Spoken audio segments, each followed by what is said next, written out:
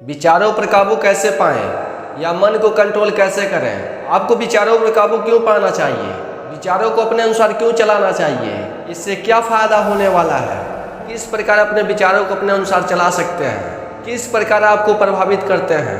पूरी जानकारी लेने के लिए पूरा वीडियो देखें। जो कुछ आप देखते हैं, सुनते हैं, पढ़ते हैं, जो भी कर्म करते हैं वे विचारों के रूप में मन में उत्पन्न होता है। ये विचार अच्छे भी हो सकते हैं, बुरे भी हो सकते हैं। ये विचार आपको प्रभावित करते हैं।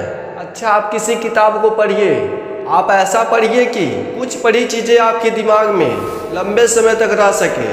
आप देखेंगे कि वे विचार आपको प्रभावित करना शुरू कर दिया है। अब वो विचार आपके मन के शक्ति को छीड़ करना शुरू कर दिया है। यह जरूरी नहीं है कि ये विचार कैसा है, अच्छा है या बुरा है, लेकिन यह आप पर प्रभाव डालेगा। ये आपको दुख भी दे सकता है, परेशानियाँ भी दे सकता है और प्रेरणा भी दे सकता है। अगर आप अपने मन में एक साथ बहुत सारे विचार चला रहे हैं लंबे समय तक, तो आपका मन आपके कंट्रोल के बाहर हो जाता है और खुद के विचारों पर काबू नहीं रह जाता है। जो अपने मन की दिशा देना चाहते हैं तो ये मन दिशाहीन हो जाता है। अपने मन को कंट्रोल कैसे करें, इसके लिए 3 नियम देने वाला हूँ। पहला नियम, तुरंत विचारों को हटा दें। आप सोचते होंगे विचारों को हटाना इतना आसान है।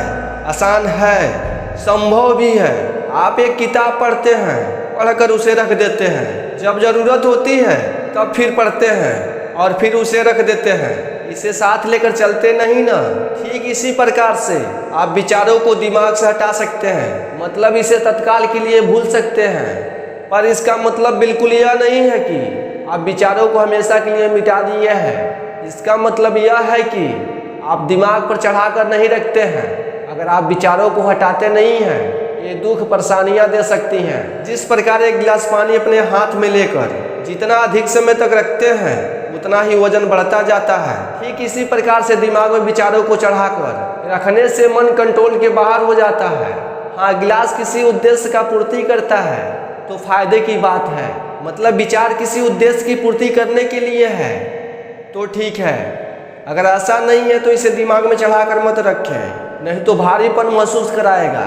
दूसरा नियम, अननेसेसरी काम को करना बंद कर दें।